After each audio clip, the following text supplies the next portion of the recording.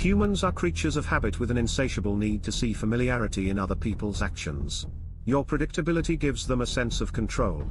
Turn the tables, be deliberately unpredictable. Behavior that seems to have no consistency or purpose will keep them off balance. And they will wear themselves out trying to explain your moves. Taken to an extreme, this strategy can intimidate and terrorize. Nothing is more terrifying than the sudden and unpredictable.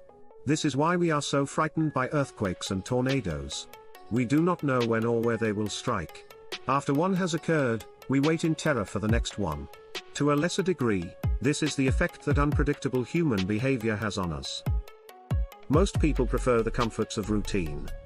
Giving in to the animal nature that has them repeating the same compulsive actions, time and time again. They do this because it requires no effort. People tend to take the path of least resistance, which is a real weakness. They also mistakenly believe that if they do not unsettle others, they will be left alone. Understand that a person of power instills a kind of fear by deliberately unsettling those around him, to keep the initiative on his side. You sometimes need to strike without warning, to make others tremble when they least expect it. It is a device the powerful have used for centuries. Unpredictability is most often used by the master, but it can also be used by the underdog to great effect. If you find yourself outnumbered, or cornered, throw in a series of unpredictable moves. Your enemies will be so confused that they will pull back, or make a tactical blunder. American Civil War General Stonewall Jackson used this tactic time and again. His troops made movements that made no sense to the enemy. Jackson said, "Always mystify, mislead, and surprise the enemy, if possible." Such tactics will win every time, and a small army may thus destroy a large one. This law applies not only to war but to everyday situations. People are always trying to read the motives behind your actions and to use your predictability against you. Throw in a completely inexplicable move, and you put them on the defense. Because they do not understand you, they are unnerved, and in such a state you can easily intimidate them. In May of 1972, chess champion Boris Spassky anxiously waited for his rival Bobby Fischer in Reykjavik, Iceland. The two men had been scheduled to meet for the World Championship of Chess, but Fischer had not arrived on time and the match was on hold. In previous games between Fischer and Spassky, Fischer had not fared well. Spassky had the uncanny ability to read his opponent's strategy and use it against him. He defeated Fischer every time they played because he saw much further ahead, and because he was a brilliant psychologist who never lost control. When Fischer finally arrived in Reykjavik, he complained about the match room, he criticized the lighting, he complained about the noise of the cameras, and even the chairs in which he and Spassky were to sit. Despite all his complaints, Fischer agreed to play. But on the day of the official introductions, Fischer arrived so late it was speculated he had backed out of the match. For the first game of the match, Fischer once again showed up late.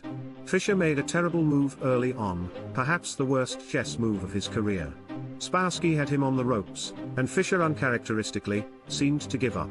Then suddenly, he broke out a bold move that put the room in a buzz.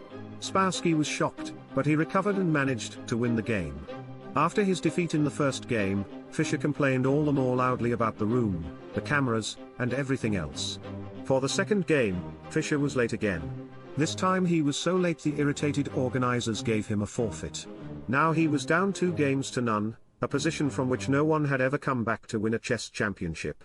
Yet in the third game, Fischer came back with a ferocious look in his eye that clearly unnerved Spassky. Fischer, playing with an arrogant, cocky air, made what appeared to be another blunder, similar to the first game. But Spassky sensed a trap and could not capitalize on it. Before he knew it, Fischer had checkmated him. In the next games, Fischer pulled moves that no one had seen from him before, moves that were not his style. Now Spassky started making blunders, and his mind slowly began to unravel. After the 6th game he started to cry. After the 8th game, he accused Fischer of trying to hypnotize him. After the 14th game, Spassky thought he was being poisoned, either in his orange juice, or perhaps chemicals being blown into the air. He imagined Fischer's team put something in his chair that was altering his mind. The chairs were actually taken apart and x-rayed, but nothing was found.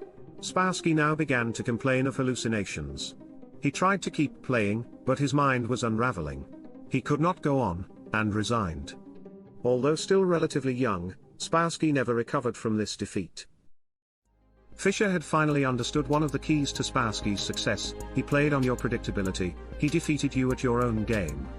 Everything Fischer did for the championship match was an attempt to put the initiative on his side and to keep Spassky off balance. Always being late, making deliberate blunders, and appearing to have no clear strategy, all had an obvious effect on Spassky's psyche.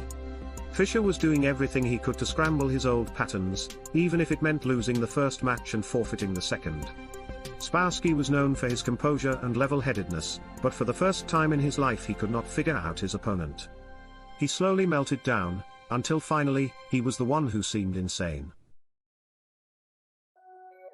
Unpredictability is not only a weapon of terror but a method to gain attention and even respect. Scrambling your patterns on a day-to-day basis will cause a stir around you and stimulate interest. People will talk about you, ascribe motives and explanations that have nothing to do with the truth, but that keep you constantly in their minds.